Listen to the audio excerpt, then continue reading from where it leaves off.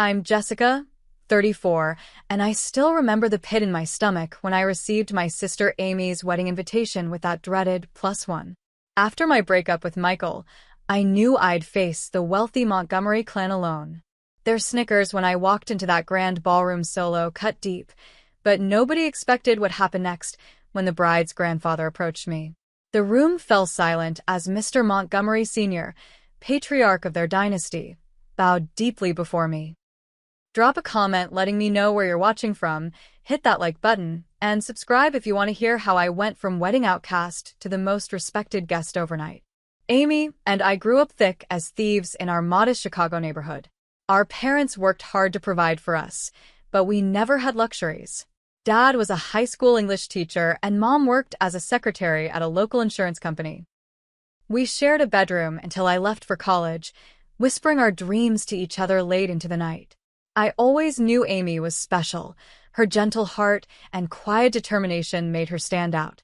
While Amy pursued nursing, I followed my passion for art history, eventually landing my dream job as a historical art curator at the Harrington Museum. My specialty was 18th century European paintings, with a focus on authentication and restoration. The work consumed me. The meticulous research, the gentle touch needed to bring forgotten masterpieces back to life, the thrill of uncovering the true story behind a mysterious canvas. Most people's eyes glazed over when I talked about pigment analysis or canvas aging patterns, but I didn't care. I'd found my calling. Amy and I remained close despite our different paths. We had Sunday brunches whenever possible, and she'd listen enthusiastically as I rattled on about my latest project. I did the same when she described her patients or her volunteer work at the community clinic. We were different but complementary. I lived in my head, among books and paintings, while Amy lived in her heart, connecting with people. Everything changed when Amy met James Montgomery III at a charity gala where she was volunteering. She texted me that night. Met someone. Different from my usual type. Scary, smart, and kind. James pursued her relentlessly, sending flowers to her apartment, arranging surprise picnics, flying her to New York for dinner. Within 3 months, they were serious. The first time Amy brought James to our Sunday brunch, I was surprised. He didn't match my mental image of the wealthy playboy I'd expected. James was tall, conventionally handsome, but also somewhat awkward, with genuine enthusiasm when discussing his work in sustainable investment. He asked thoughtful questions about my current restoration project, and I could see why Amy had fallen for him. Meeting his family was another story entirely. The Montgomery estate sprawled across 10 acres in the most exclusive suburb of Chicago. The main house looked like something from a historical drama, complete with marble columns and manicured gardens. James' father, James Montgomery Jr., barely looked at me when we were introduced, his handshake limp and dismissive. His mother Margaret's smile never reached her eyes as she assessed my department store dress. "Oh, you work at a museum? How quaint," she said, her voice dripping with condescension. "I serve on the board of the National Gallery, you know." James' sisters, Madison and Elizabeth, were worse. They whispered behind their hands when I mentioned my apartment in the city's arts district, exchanging knowing glances that made me feel 2 inches tall.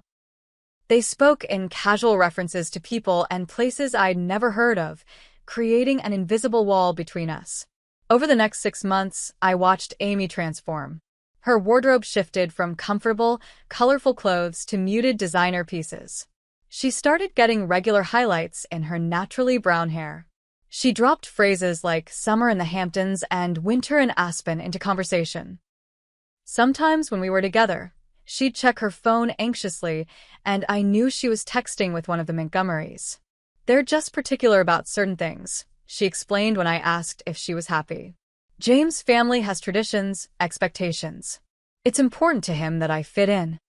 I bit my tongue, not wanting to ruin her happiness. But I worried about my sister disappearing into their world.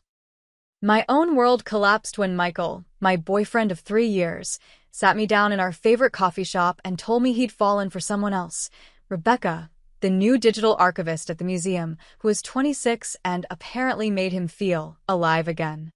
I'd thought we were solid, maybe even heading toward marriage.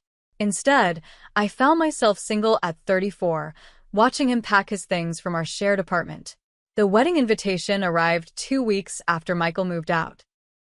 Thick cream cardstock embossed with gold, it announced the union of Amy Elizabeth Johnson and James Montgomery III at the Montgomery family estate. And there it was, in elegant script, Jessica Johnson and guest. I stared at those words for a long time. There was no guest. There would be no guest. I'd have to face the Montgomery clan alone, their pitying glances and whispered comments about Amy's spinster sister adding to my humiliation. I considered not going. Maybe I could fake an illness or claim a work emergency. But I couldn't do that to Amy. Despite her transformation, she was still my sister, and I knew she needed me there. The morning of the wedding, I stood before my closet, anxiety churning in my stomach. I'd spent too much money on a deep blue silk dress that highlighted my eyes and hugged my curves without being inappropriate for a formal wedding. I styled my auburn hair in an elegant updo, applied makeup that accentuated my features without being overdone, and put on the pearl earrings that had belonged to our grandmother. Looking in the mirror, I practiced my smile, the one that said I was perfectly fine attending alone, the one that hid the hurt and loneliness. I could do this. One day, I'd be Amy's sister, no matter what the Montgomerys thought of me. The Uber dropped me at the entrance to the Montgomery estate, where a uniformed guard checked my name against the guest list before waving me through the wrought iron gates. The driveway curved through manicured gardens, revealing glimpses of fountains and sculptures that probably cost more than my annual salary. The house itself loomed ahead, a 3-story Georgian mansion with perfect symmetry and imposing columns. Guests were already arriving, stepping out of luxury cars into the June sunshine. Women in designer dresses and spectacular hats glided up the steps on the arms of men in impeccable suits. I clutched my small clutch purse tighter, suddenly very aware of being alone. "Name?" asked a tuxedoed attendant at the door. "Jessica Johnson." "The bride's sister," I added, hating that I felt the need to establish my legitimacy. "Ah, yes." "Family is being directed to the East Wing for pre-ceremony gathering." I followed his directions through the grand foyer, my heels clicking on the marble floor. The house was even more impressive inside, soaring ceilings, crystal chandeliers, artwork that made my professional eye widen in appreciation. I recognized an original Monet hanging casually in the hallway as if it were a family photograph. The East Wing opened into a sun-filled conservatory where about 20 people were gathered. I spotted my parents talking with my aunt and uncle, looking uncomfortable in their wedding finery. Mom had splurged on a new dress for the occasion, but it still looked woefully plain next to the designer outfits surrounding them. "Jessica, you made it." Mom embraced me, relief evident in her voice. "You look beautiful, honey." "Thanks, Mom. You too." I smoothed my dress, suddenly self-conscious. "Can you believe this place?" Dad whispered, gesturing discreetly at our surroundings. I asked where the restroom was and got directed to something called the powder room, which is bigger than our living room. I laughed, feeling some of my tension ease. At least I wasn't facing this alone. The momentary comfort evaporated when I heard a familiar tittering laugh.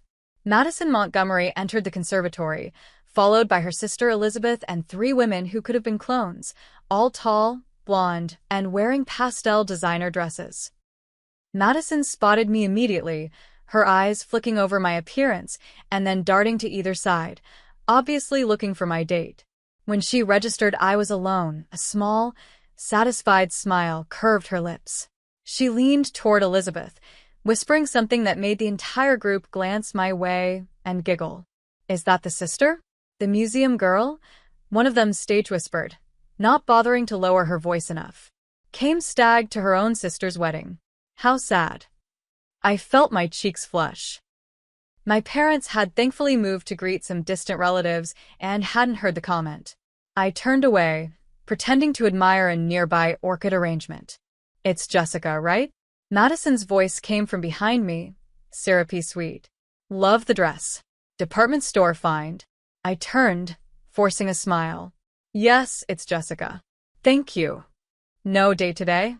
I could have sworn Amy said you were seeing someone. Michael, was it? The casual cruelty took my breath away. Amy must have told them about the breakup. Madison knew exactly what she was doing. Unfortunately, he couldn't make it. I lied, unwilling to give her the satisfaction. Such a shame.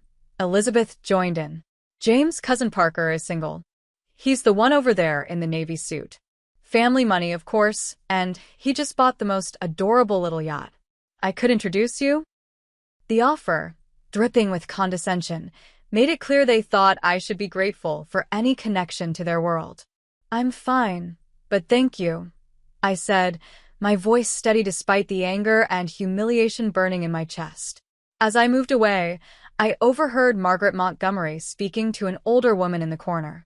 The sister works in a museum, not administration, mind you, but something with the actual paintings. And the parents, he's a schoolteacher, and she's some kind of secretary. Sweet people, of course, but... She trailed off with a meaningful look that spoke volumes. I slipped out of the conservatory, needing air and space. The gardens behind the house stretched into the distance, immaculately tended with geometric precision. I found a stone bench partially hidden by a flowering shrub and sat down, breathing deeply to compose myself. This was only the beginning of the day. How would I survive the ceremony and reception with my dignity intact? I closed my eyes, remembering a summer day when Amy and I were teenagers. We'd gone to the lake, spread a blanket on the sand, and talked for hours about our futures. Amy had wanted to be a nurse even then, passionate about helping people. I'd just discovered art history and couldn't stop talking about a book I'd read on Renaissance painters. We're going to be amazing women, Amy had said, squeezing my hand. Different kinds of amazing, but still. Promise we'll always support each other, no matter what. I promise, I'd replied without hesitation. That memory strengthened me now.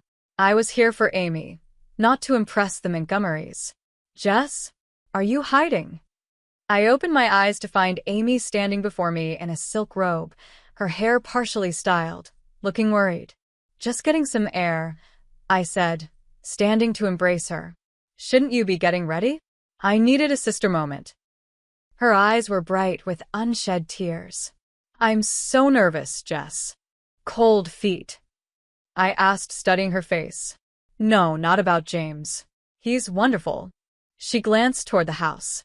It's just, everything is so big, so formal.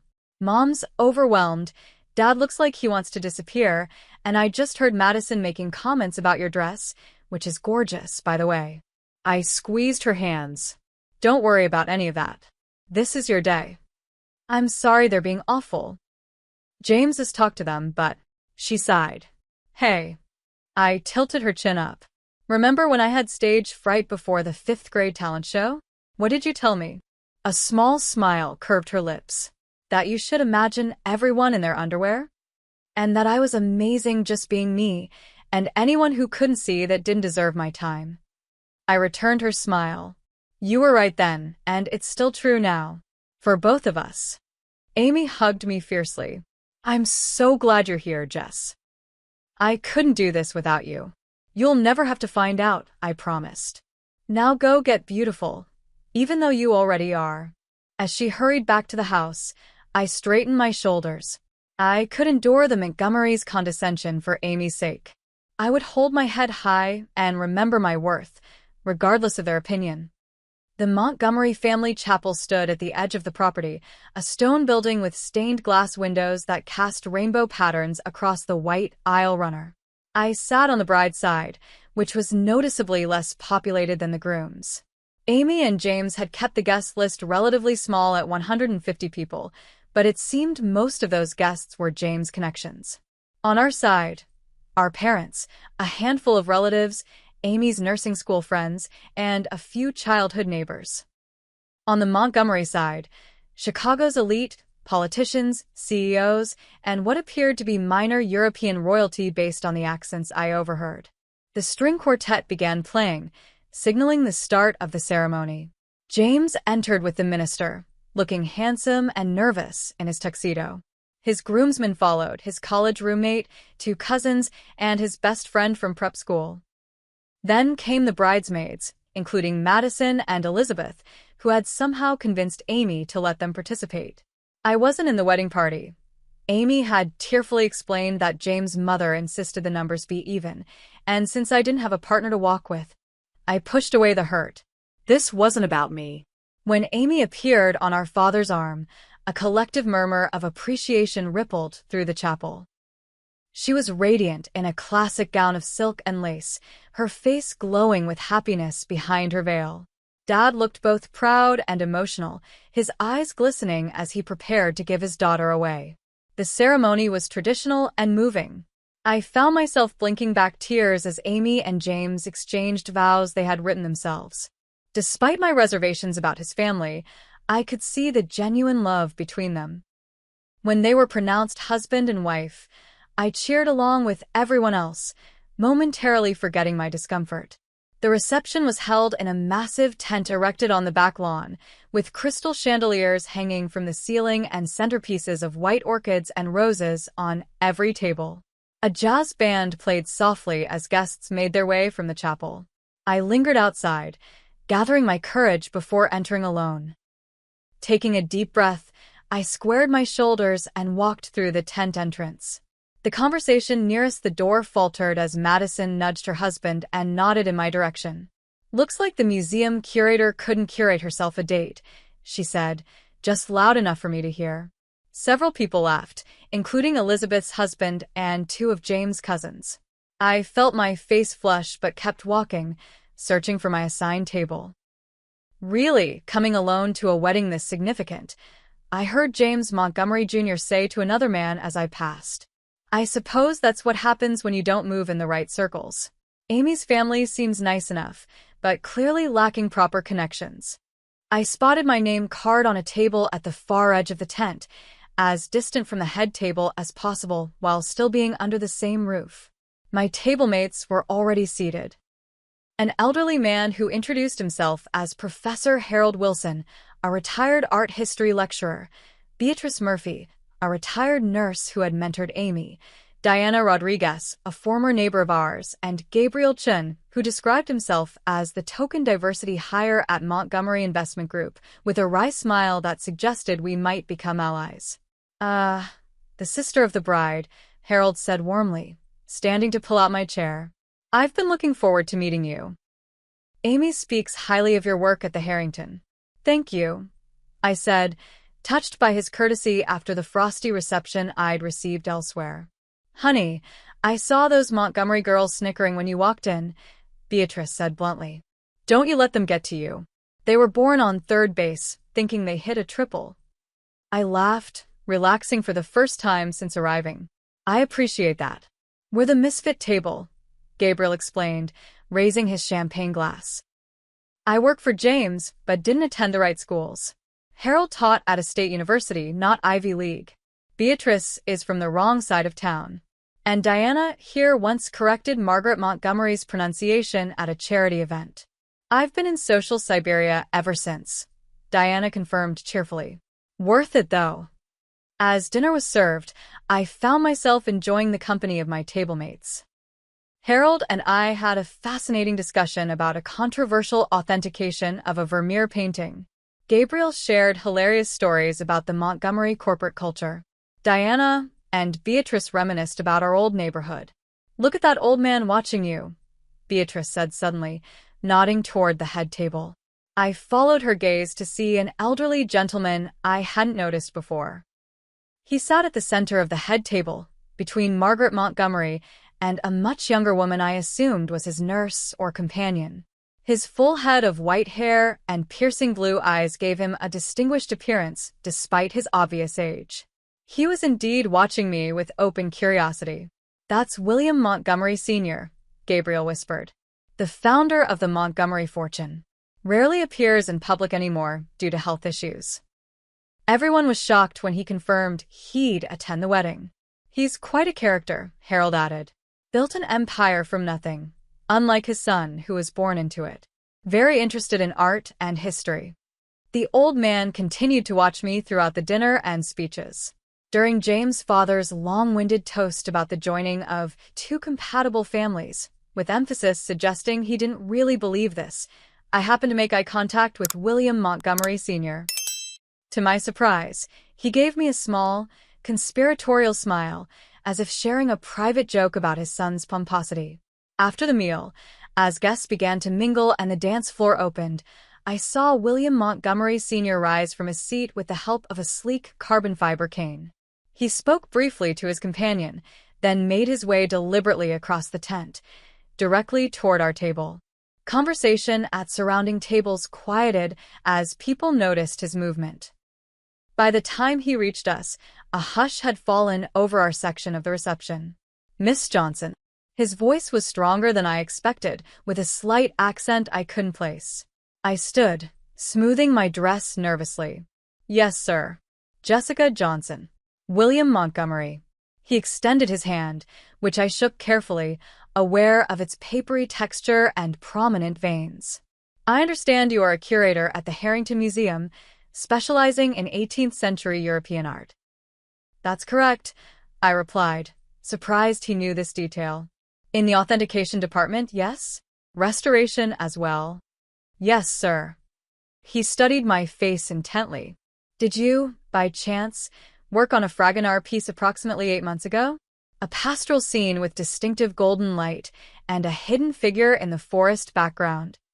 My heart began to race. "The afternoon in Montmorency." "Yes, I led the authentication and restoration project. It was donated anonymously to our museum last year."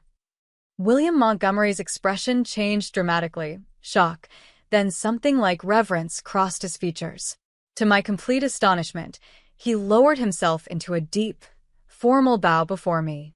The tent fell absolutely silent. From the corner of my eye, I could see James' parents frozen in horrified disbelief, Madison with her champagne glass halfway to her mouth, and Amy looking utterly confused.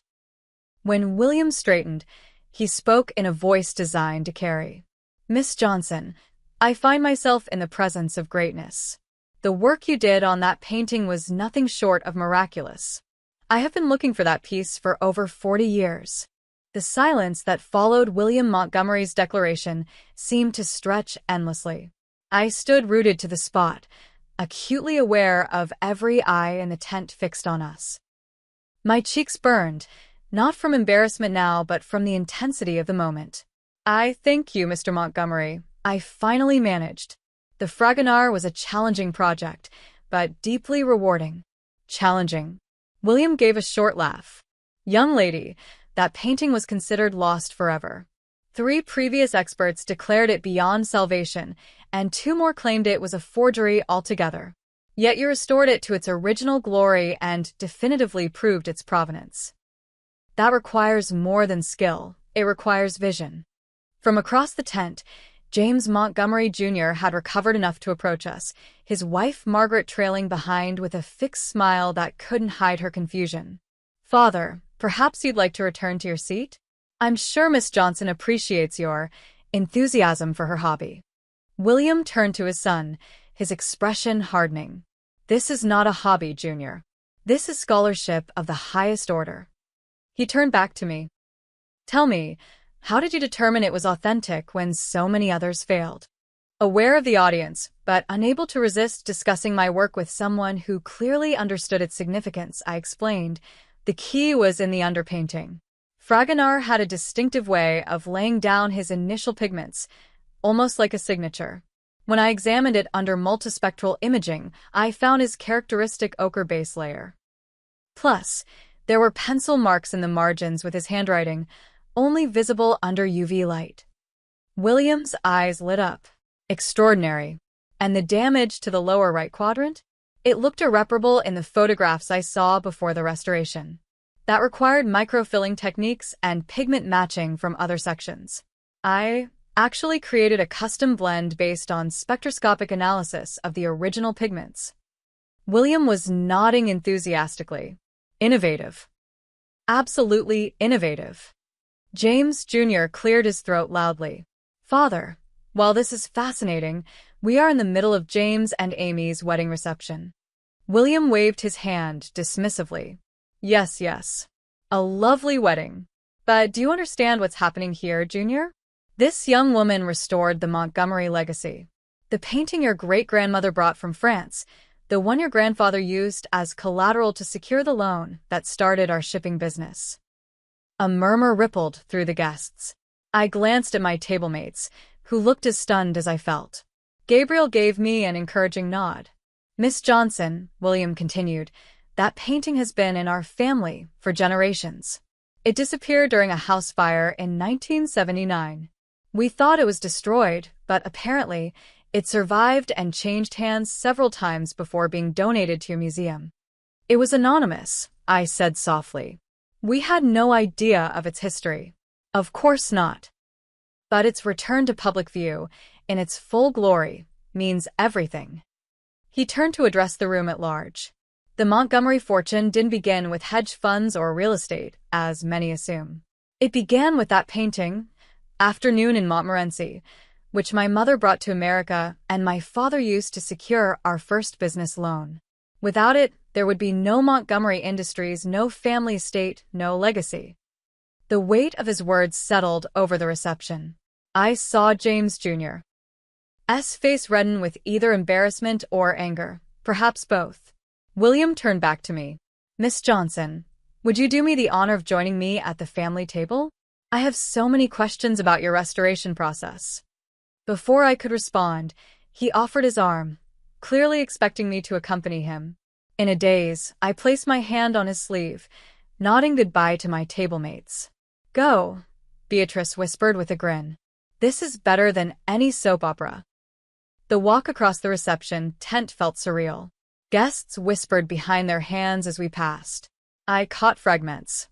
Who is she again? The bride's sister? Restored some important painting? Never seen the old man so animated. At the head table, William instructed his nurse to move, so I could sit beside him. Margaret Montgomery looked like she had swallowed something sour, but didn't protest. Madison and Elizabeth stared openly, their previous mockery replaced by calculated interest. Now, William said once I was seated, tell me about the cleaning process. The varnish must have been severely deteriorated. As I described the painstaking removal of layers of discolored varnish, I noticed Amy watching me from her seat next to James. She gave me a small, puzzled smile, which I returned with a tiny shrug. I was as surprised by this turn of events as anyone. For the next half hour, William and I discussed art preservation techniques, the history of the Fragonard painting, and my career path. He listened intently, asking informed questions that revealed his deep knowledge of art history. The Montgomery collection once included over 30 significant works, he told me. Over the years, Junior and his wife have sold most of them to fund their lifestyle, despite my objections. They never understood their true value, not just monetary but historical and cultural. That's unfortunate, I said carefully, aware that his son might overhear. Indeed. The Fragonard was the crown jewel, presumed lost in the fire. Its reappearance is... He paused, his eyes suddenly bright with emotion. Well, it feels like a sign. Throughout our conversation, I noticed the Montgomery family members making repeated attempts to join us, only to be waved away by William. Margaret approached with a society friend she clearly wanted to introduce, but William dismissed her with a curt, "Not now, Margaret. Miss Johnson and I are discussing important matters." The woman who had been sitting beside William earlier, not a nurse, I learned, but his personal assistant Sophia, leaned over at one point to whisper something in his ear. He nodded and turned to me. Sophia reminds me I'm monopolizing your time at your sister's wedding. You should enjoy the celebration. But I would be honored if you would save a dance for an old man later. The honor would be mine, I replied, genuinely meaning it. As I rose to leave, William caught my hand. Miss Johnson, Jessica, thank you. Not just for the conversation, but for your work. You've preserved something precious to my family, something I thought was lost forever. The sincerity in his voice touched me deeply. That's why I do what I do, Mr. Montgomery. To preserve beauty and history for future generations.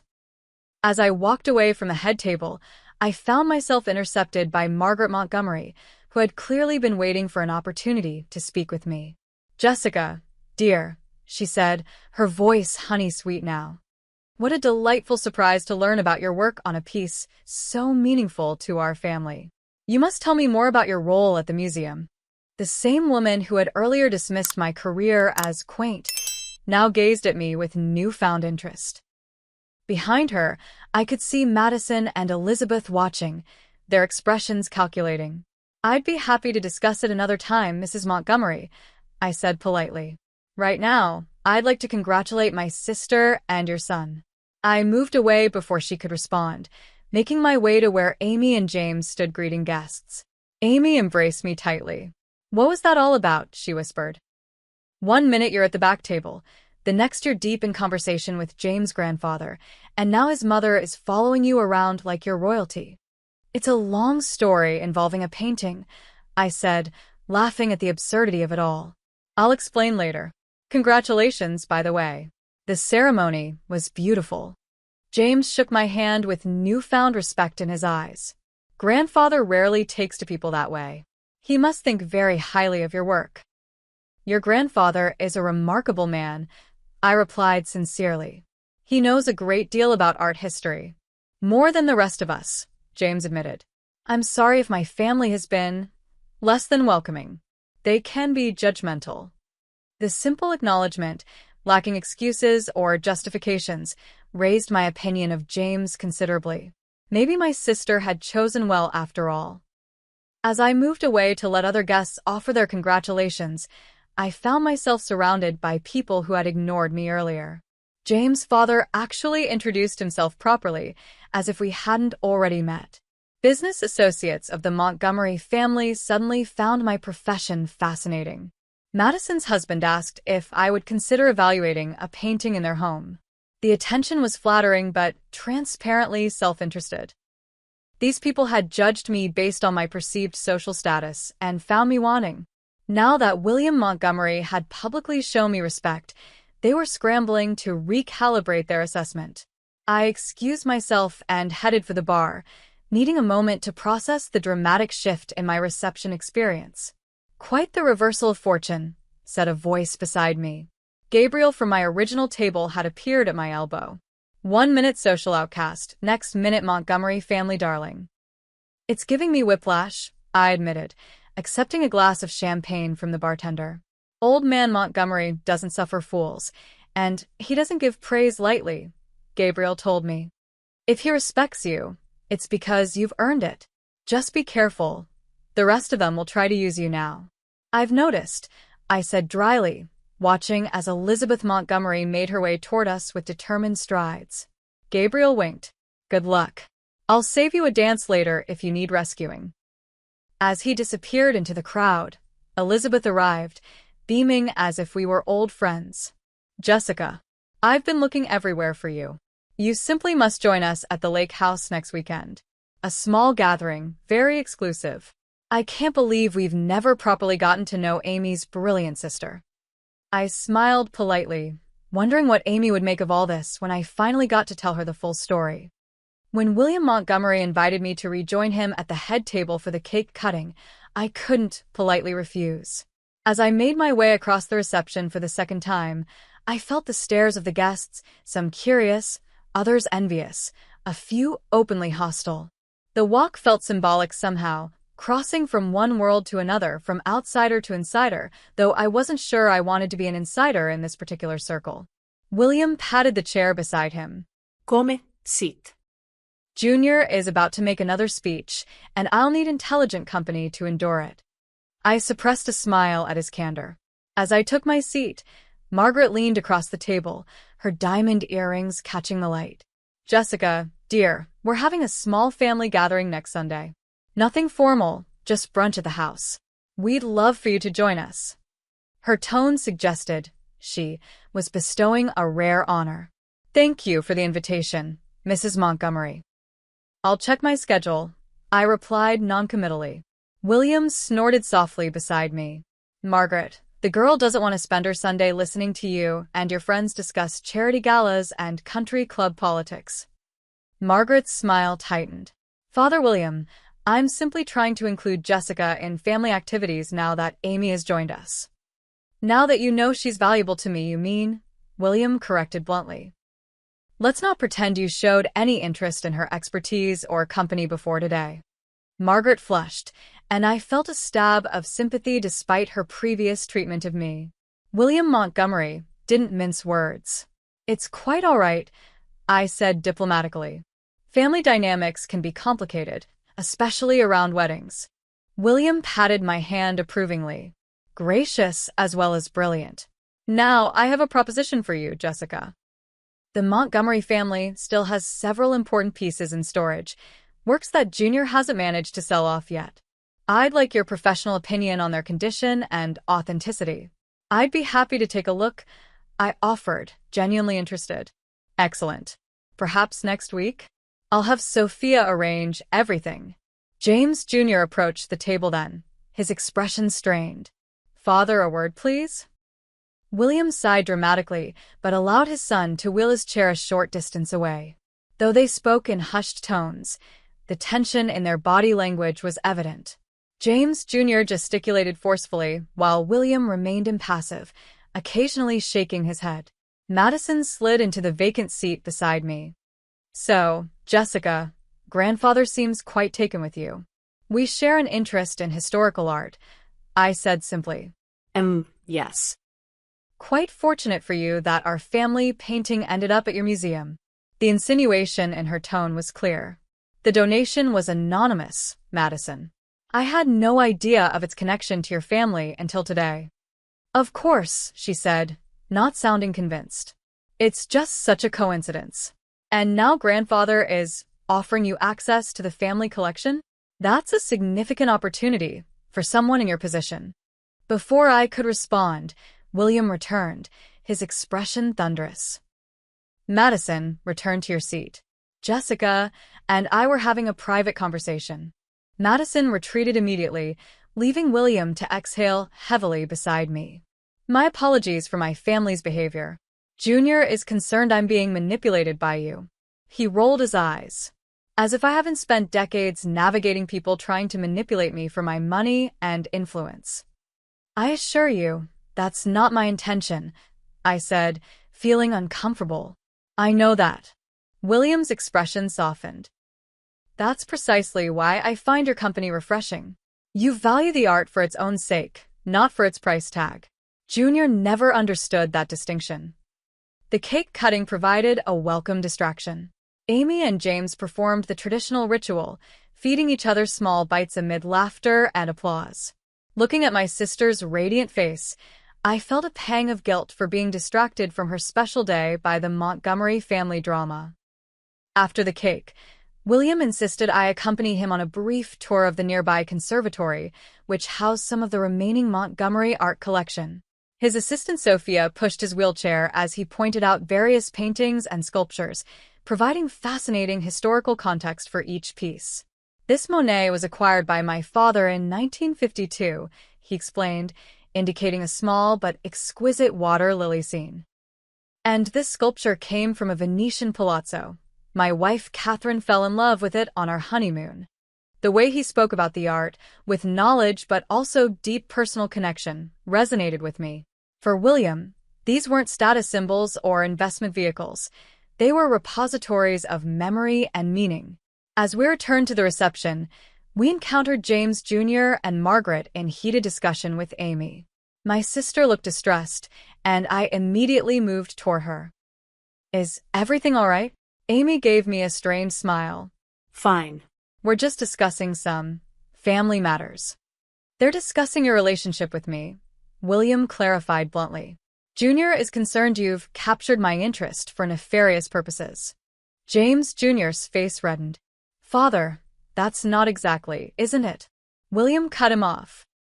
You suggested Jessica intentionally cultivated a connection to our family through her sister, somehow orchestrated the Fragonard restoration knowing its significance to us, and is now trying to ingratiate herself with me.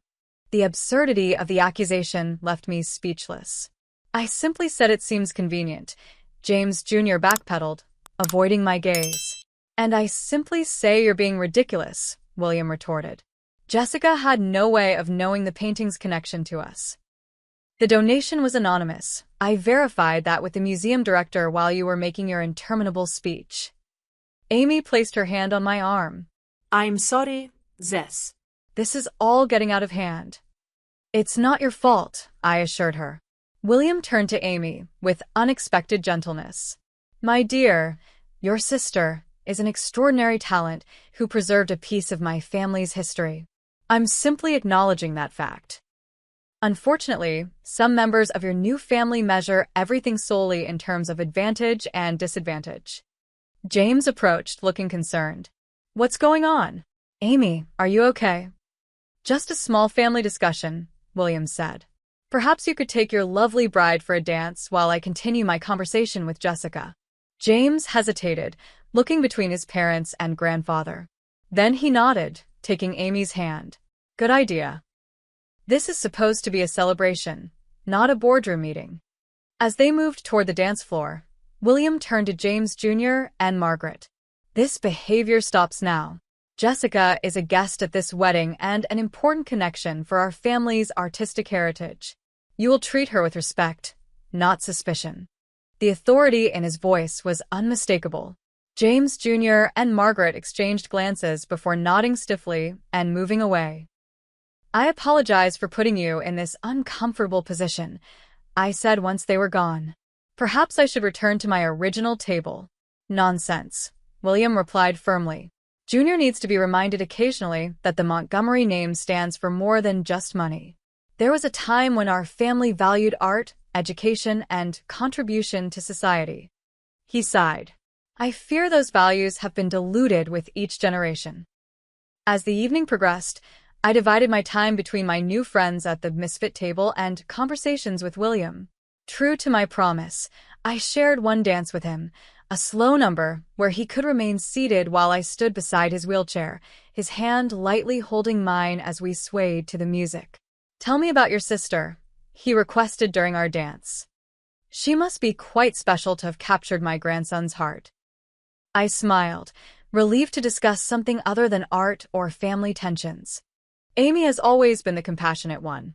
Even as children, she was the neighborhood mediator, the one who rescued injured birds and befriended the lonely kids. She became a nurse because she genuinely wants to help people. And she's adapted to the Montgomery world. His tone suggested he knew this couldn't have been easy. She's trying, I said carefully. Amy tends to see the best in people and situations. Unlike you? His blue eyes twinkled with perception. I laughed. I suppose I'm more analytical. Occupational hazard of authentication work. I'm trained to look for inconsistencies, to question what appears genuine on the surface. A valuable skill in art and in life, William observed. Your sister is fortunate to have you watching out for her. As the dance ended, I spotted Madison and Elizabeth by the bar, watching us intently. When they realized I'd noticed, they approached with determined smiles. Jessica, we feel terrible about how things started today, Elizabeth began, her voice dripping with manufactured sincerity. Absolutely, Madison chimed in. We had no idea about your important work with grandfather's painting. We should all get together soon, Elizabeth continued. Shopping, perhaps? I know the most exclusive boutiques in the city.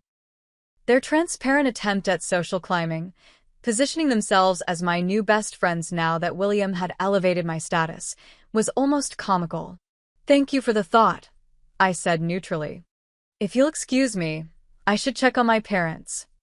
As I walked away, I heard William's assistant Sophia behind me. Miss Johnson? Mr. Montgomery would like a word before he leaves. He tires easily and will be departing shortly. I followed her to a quiet corner where William waited, looking weary but alert. Jessica, this has been the most stimulating conversation I've had in years.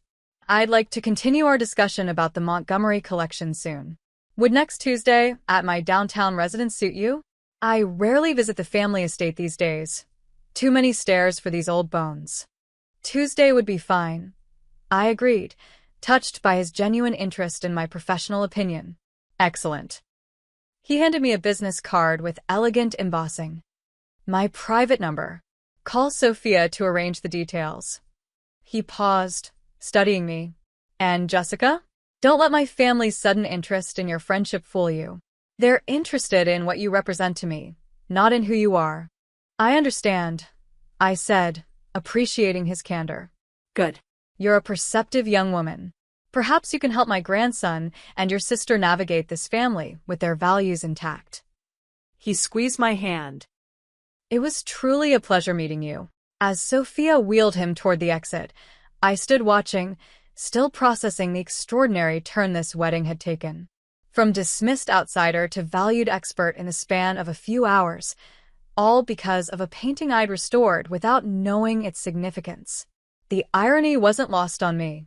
The Montgomerys had judged me based on superficial factors, my job, my single status, my lack of connections. Yet it was my work, my expertise, my passion that had ultimately earned their patriarch's respect. As I turned back toward the reception, I caught sight of Amy watching me from across the room. Her expression was a mixture of confusion, curiosity, and something else, perhaps a new awareness of how complicated her married life might be. I gave her a reassuring smile, promising silently that no matter what happened with the Montgomerys, she could always count on me. The reception continued into the night, transformed by the earlier revelations. Where I had once been virtually invisible, I now found myself the object of intense interest. Guests who had previously ignored me sought introductions, asking about my work and my friendship with William Montgomery Sr. Margaret approached as I was speaking with Harold from my original table. Jessica, I want to apologize for any misunderstanding earlier. The Montgomery family has always valued culture and the arts. She glanced around to ensure others could overhear her performance of inclusivity. Thank you, Mrs. Montgomery, I replied, keeping my tone pleasant but non-committal.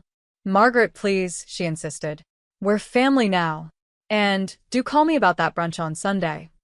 As she drifted away, Harold chuckled. Remarkable how quickly people recalibrate when the power dynamics shift. It's not genuine, I said quietly. They're only interested because William values my expertise. Does that bother you? Harold asked perceptively. I considered the question. What bothers me is that they judged me without knowing anything about me.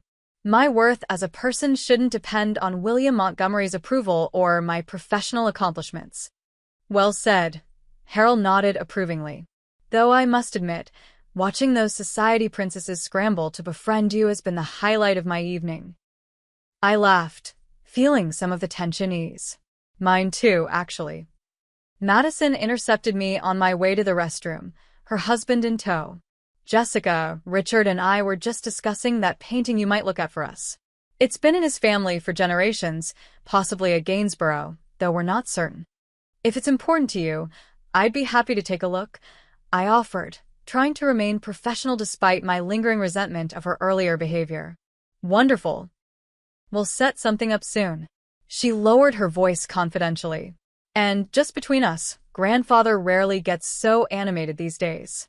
You've clearly made quite an impression. The implication was clear. I now had influence with the family patriarch, making me someone to cultivate rather than mock. If you'll excuse me, I said, moving past them toward the restroom. Once alone in the elegant powder room, I stared at my reflection in the gilded mirror. The woman looking back at me appeared composed and confident, giving no indication of the emotional turbulence beneath the surface. The day had been a roller coaster, from dreading attending alone to being humiliated by the Montgomery clan to suddenly finding myself elevated to honored guest. The door opened, and Amy slipped in, her wedding gown rustling. Finally caught you alone. What is happening out there? James' mother just told me you're coming to family brunch on Sunday. I laughed, shaking my head. It's been the strangest day. Tell me everything, Amy insisted. I explained about the Fragonard painting, its significance to the Montgomery family, and William's reaction to learning I was the one who had restored it. So that painting in your lab, the one you worked on for months last year, was actually a long-lost Montgomery family treasure? Amy's eyes widened.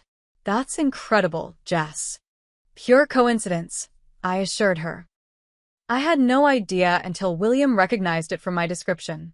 And now they're all falling over themselves to be nice to you. Amy shook her head. I'm so sorry about how they treated you before. It's not your fault, I said, squeezing her hand. Still. Amy looked troubled. I should have stood up for you more. When they insisted you couldn't be in the wedding party because you didn't have a date, when they seated you at the farthest table, I just kept trying to keep the peace. Hey. I turned her to face me. This is your wedding day. You shouldn't be worrying about any of this. But that's just it. Amy's eyes filled with tears. I've been so focused on fitting in with James' family, on not making waves, that I let them disrespect you. What kind of sister does that make me? I hugged her carefully, mindful of her dress. The kind who's figuring out a complicated new family dynamic. It's okay, Amy. Really. She pulled back, wiping her eyes. It's not okay. I love James, but I hate how his family can be sometimes. Even he gets uncomfortable with it. James seems like a good man, I said sincerely. And William is certainly interesting. Amy smiled. James adores his grandfather. Says he's the only truly authentic person in the family. She checked her makeup in the mirror. We should get back. They'll be doing the bouquet toss soon. Can't miss that, I said dryly. When we returned to the reception, James immediately came to Amy's side, looking concerned. Everything okay? Just sister talk, Amy assured him with a smile. Jessica. James turned to me. I want to apologize for my family's behavior today. There's no excuse for how you were treated. His direct acknowledgement, without excuses or qualifications, raised my opinion of him considerably. Thank you, James. That means a lot. Grandfather speaks very highly of you, he continued. He rarely connects with people that way anymore. Most just see his money, or the Montgomery name. He's a fascinating man, I said. His knowledge of art history is impressive. James nodded. He wanted things to be different for this generation of Montgomerys. More substance, less status-seeking. I'm trying, but... He glanced toward his parents, who were entertaining a group of obviously important guests. You seem to be doing all right, I told him, genuinely meaning it. The DJ announced it was time for the bouquet toss. Amy winked at me as she took her position. Single women gathered on the dance floor, including, I noticed with amusement, several who had previously snubbed me, but now made sure to stand nearby. When Amy turned and tossed her bouquet, it sailed over the reaching hands in front and landed squarely in my arms. A cheer went up, and Amy rushed over to hug me. Plan that, she whispered mischievously. Elizabeth appeared at my elbow. How lucky. Now we absolutely must introduce you to James' cousin Parker. He's recently divorced but very eligible. I bit back a sarcastic reply, settling for a polite smile. I'm not really looking right now. The reception was winding down when James Jr. approached me, his expression carefully neutral. Jessica, I owe you an apology. My comments earlier were inappropriate. Our family has always valued art and culture, and your work in preserving our heritage is commendable. The rehearsed quality of his words suggested Margaret had sent him on this diplomatic mission. Thank you, Mr. Montgomery. James, please, he insisted. You'll be joining us for brunch on Sunday? I haven't decided yet, I said honestly. His smile tightened almost imperceptibly. Father would be disappointed if you declined. He's quite taken with you. And there it was, the real reason for the apology and invitation. Not genuine remorse or interest in me as a person, but concern about disappointing William, who clearly still held significant influence in the family. I'll consider it, I replied. As guests began to leave, I found myself drafted into the farewell line beside Amy and James. The contrast from my arrival was stark. Now guests made a point of speaking to me, commenting on my fascinating work, and expressing hopes to see me at future Montgomery gatherings. When the last guest had departed, Amy kicked off her heels with a sigh of relief. Finally, these shoes are gorgeous but lethal. James laughed, loosening his tie. You were amazing today, he told her, his expression softening as he looked at my sister. We all were, Amy said, linking arms with both of us. My two favorite people. Her simple gesture of inclusion touched me deeply. Despite the complications, despite the Montgomery family dynamics, Amy was still my sister. And James, I was beginning to believe, might be worthy of her after all. I should head out, I said, checking the time. It's late, and you two have an early flight tomorrow. Let me call you a car, James insisted, pulling out his phone. As we waited for the car to arrive, Amy hugged me tightly. Thank you for being here today, Jess. It wouldn't have been the same without you. I wouldn't have missed it, I assured her. Even with all the drama. Especially with all the drama, she teased. Who knew my big sister would end up the star of my wedding? I laughed, relieved that she could joke about it. Hardly the star. That was definitely you. When the car arrived, James surprised me by giving me a warm hug. Welcome to the family, Jessica. The real family, not the social circus. His words suggested he saw the distinction between the Montgomery name and the Montgomery values more clearly than I had given him credit for. As the car pulled away from the Montgomery estate, I gazed back at the illuminated mansion growing smaller in the distance. I had arrived this morning dreading the day ahead, certain I would be an outsider looking in. I was leaving with a new connection to a remarkable old man, a deeper understanding of my sister's new husband, and a reminder that true worth isn't determined by social status or connections. The irony wasn't lost on me that the very profession the Montgomerys had initially dismissed had been the key to earning their respect. But more importantly, it had been a reminder to myself of my own value, independent of others' perceptions. Pulling out my phone, I sent Amy a quick text. Proud of you today. Love you. Then, after a moment's hesitation, I added William Montgomery's contact information to my phone. Something told me our connection was just beginning. The week following Amy's wedding was surreal. I returned to my normal routine at the museum, but my phone buzzed constantly with messages from my newfound friends in the Montgomery circle. Madison invited me to lunch at an exclusive club. Elizabeth suggested shopping at boutiques I couldn't afford. Even Margaret called personally to remind me about Sunday brunch. I declined all invitations except one, Tuesday afternoon with William Montgomery Sr. at his downtown residence. Unlike the others, his interest felt genuine, rooted in shared passion rather than social calculation. His penthouse occupied the entire top floor of a historic building overlooking the lake. The space was surprisingly understated, elegant but comfortable, with walls lined with bookshelves rather than ostentatious displays of wealth. Most striking were the paintings, museum-quality works arranged not for show but for personal enjoyment. Jessica, welcome. William greeted me from his wheelchair, looking more relaxed in casual clothes than he had at the wedding. Thank you for coming. Thank you for inviting me, I replied, genuinely pleased to see him. Sophia served tea while William and I discussed the Montgomery collection. He showed me photographs of pieces in storage, explaining their provenance and significance to his family history. The problem, he explained, is that Junior and Margaret see these only as assets on a balance sheet. They've sold several important works against my wishes. That must be difficult, I said, understanding his frustration as both a collector and a preservationist. It's more than that. William set down his teacup, his expression grave. These pieces tell our family story.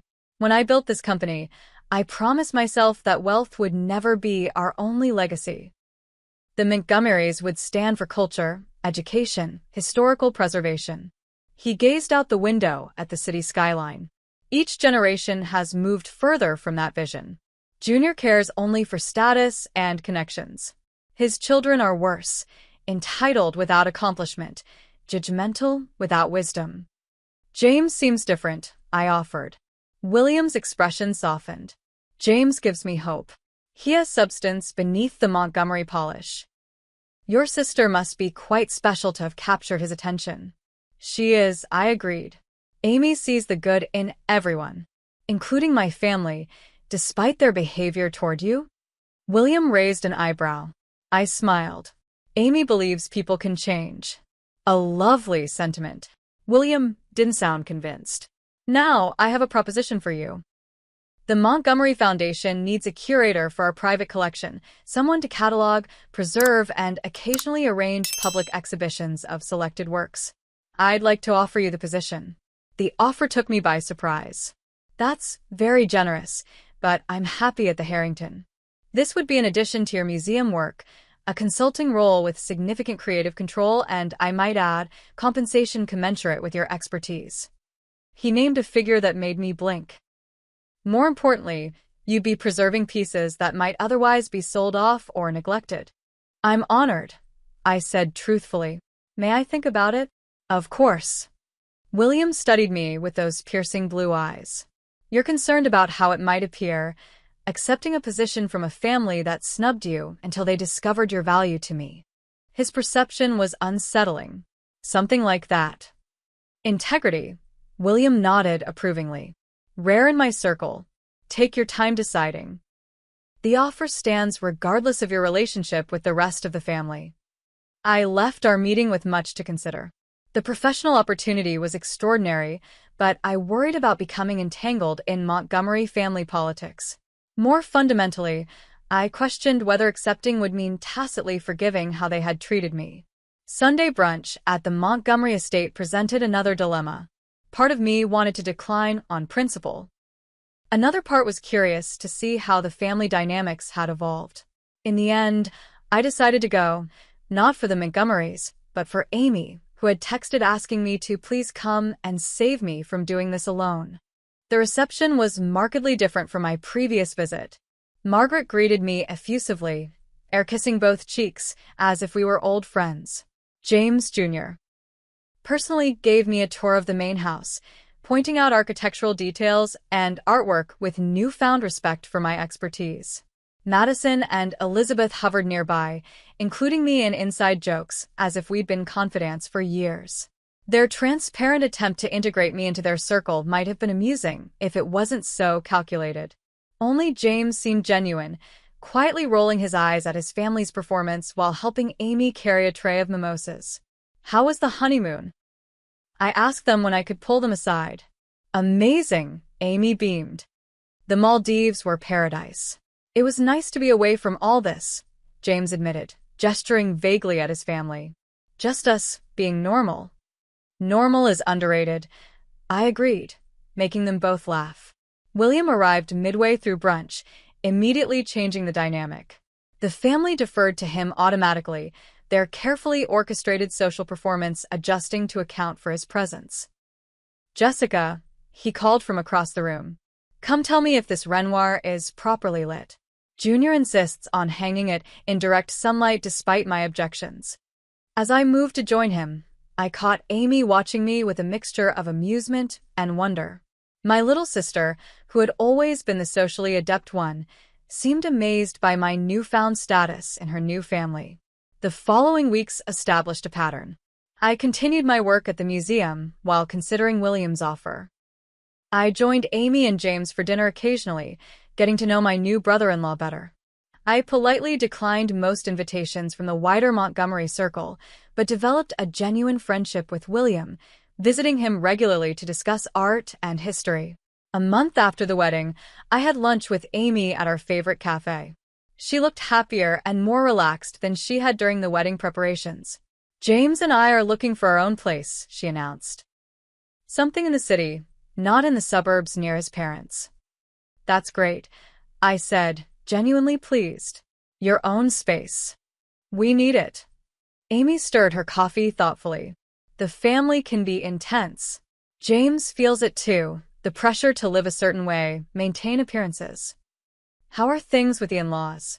I asked carefully. Amy laughed. Funny you should ask. They talk about you constantly. Jessica's coming to the charity auction, right? Has Jessica accepted grandfather's offer yet? It's like you're the daughter they always wanted. That's not true, I protested. No, but you have something they respect, grandfather's approval and expertise they can't buy. Amy reached for my hand. I'm not jealous, Jess. I think it's hilarious and well-deserved after how they treated you. I'm still deciding about William's offer, I admitted. The opportunity is amazing, but I'm not sure I want to be more connected to the family. Except James, Amy added with a smile. You like him now, admit it. He's growing on me, I conceded. He treats you well, and he's more self-aware than the rest of them. And William adores you, Amy pointed out. James says his grandfather hasn't been this engaged in years. You've given him something to be excited about. Her words stayed with me, adding another dimension to my decision. Beyond the professional opportunity, beyond the complicated family dynamics, there was the simple fact that my connection with William Montgomery mattered to him, and increasingly, to me as well. 2 months after the wedding, I met William for lunch at his penthouse to give him my answer. We sat on his terrace overlooking the lake, the autumn sun warming the air. I'd like to accept your offer, I told him. With some conditions. William's eyes twinkled. I expected nothing less. Let's hear them. I maintain my position at the Harrington. The consulting work can't interfere with my responsibilities there. Agreed. Complete curatorial independence. I decide which pieces are exhibited and how they're presented. Of course. And this is between us. Not contingent on my relationship with the rest of the family. William nodded slowly. You're worried they'll try to use this connection to manipulate you. I've seen how they operate, I said simply. Wise. William extended his hand. You have a deal, Jessica. Welcome to the Montgomery Foundation. As we shook hands, I felt I was beginning a new chapter, not just professionally but personally as well. William had become a mentor, almost a grandfather figure, filling a void I hadn't realized existed in my life. There's something else, William said, signaling to Sophia, who brought in a large flat package wrapped in archival paper. A gift to mark our new partnership. I unwrapped it carefully to reveal a small but exquisite drawing, unmistakably a preliminary sketch for the Fragonard painting I had restored. This has been in my personal collection since I was a young man, William explained. The companion to the painting you saved. I want you to have it. I can't accept this, I gasped, recognizing its immense value. It belongs in a museum, or with your family. It belongs with someone who will appreciate it for what it is, not what it's worth, William insisted. That's you, Jessica. Tears pricked my eyes as I carefully examined the delicate lines, the master's initial vision for what would become his masterpiece. Thank you. I'll treasure it. I know you will. William's expression grew serious. There's another reason I wanted you to have this. A reminder that sometimes what seems lost can be recovered. Damaged things can be restored. Including family legacies. I understood then that William saw me as more than a curator for his art collection. He hoped I might help restore something in his family as well. The values and substance he feared had been lost. 6 months after the wedding, much had changed. Amy and James had found their own home, a converted loft downtown, far from the suburban mansion where James had grown up. I had begun my work with the Montgomery Foundation, cataloging and preserving the family collection while planning a public exhibition for the following year. My relationship with the Montgomery family had evolved into something I never expected. Margaret and James Jr. maintained a polite respect, recognizing that William valued my expertise even if they didn't fully understand it. Madison and Elizabeth had eventually stopped their transparent attempts at friendship when I consistently declined their invitations, settling into a cordial but distant relationship. James, however, had become a true friend and ally. He shared William's appreciation for art and history and often joined our discussions about the collection. Through him, I saw William's hope for the future of the Montgomery legacy, not defined by wealth or status, but by substance and contribution. Most surprisingly, I had begun dating again. Daniel, a conservation scientist I met through work, approached relationships with the same care and attention to detail he brought to his profession. Unlike Michael, he valued my passion for my work, never threatened by my success or connection to the Montgomerys. On the 1-year anniversary of Amy's wedding, William hosted a small dinner at his penthouse. Just Amy and James, myself and Daniel, and William himself. As we sat around his dining table, sharing stories and laughter, I reflected on how dramatically my life had changed in a single year. A toast, William proposed, raising his glass. To family, not defined by name or blood, but by shared values and mutual respect. We clinked glasses, and I caught Amy's eye across the table. She smiled, silently acknowledging how far we'd both come. Later, as Daniel and I walked along the lakefront, I told him the whole story, from my dread of attending the wedding alone to the moment William Montgomery bowed to me in front of his astonished family. "What a journey," Daniel said when I finished. "Do you ever think about how different things might have been if you hadn't restored that particular painting?" Sometimes, I admitted. But I think the lesson wasn't about the painting itself. It was about staying true to myself even when others undervalued me. About finding worth in what I love and do well, not in others' perceptions. The cool evening breeze carried the scent of the lake as we walked hand in hand. My life had expanded in ways I never imagined that day I nervously prepared to attend my sister's wedding alone. I had gained not just professional opportunities, but deeper connections with William, with James and Amy, and now with Daniel. Most importantly, I had gained a stronger sense of my own value, independent of relationship status or social acceptance. The journey from wedding outcast to respected professional hadn't changed who I was. It had simply revealed it more clearly, to myself and to others. As I looked out over the water, I thought about all the women who might be facing similar moments of judgment or exclusion based on superficial criteria. If my story could help even one person stand taller in their truth, then sharing it was worthwhile. Have you ever had a moment when someone underestimated you, only to be proven completely wrong? I'd love to hear your stories in the comments below. And if this journey from humiliation to vindication resonated with you, please hit that like button and subscribe to hear more stories of unexpected turning points and powerful life lessons. Remember, your worth isn't determined by others' perceptions. Sometimes being underestimated is the perfect opportunity to truly shine. Thank you for listening, and until next time, stay true to yourself no matter who's watching.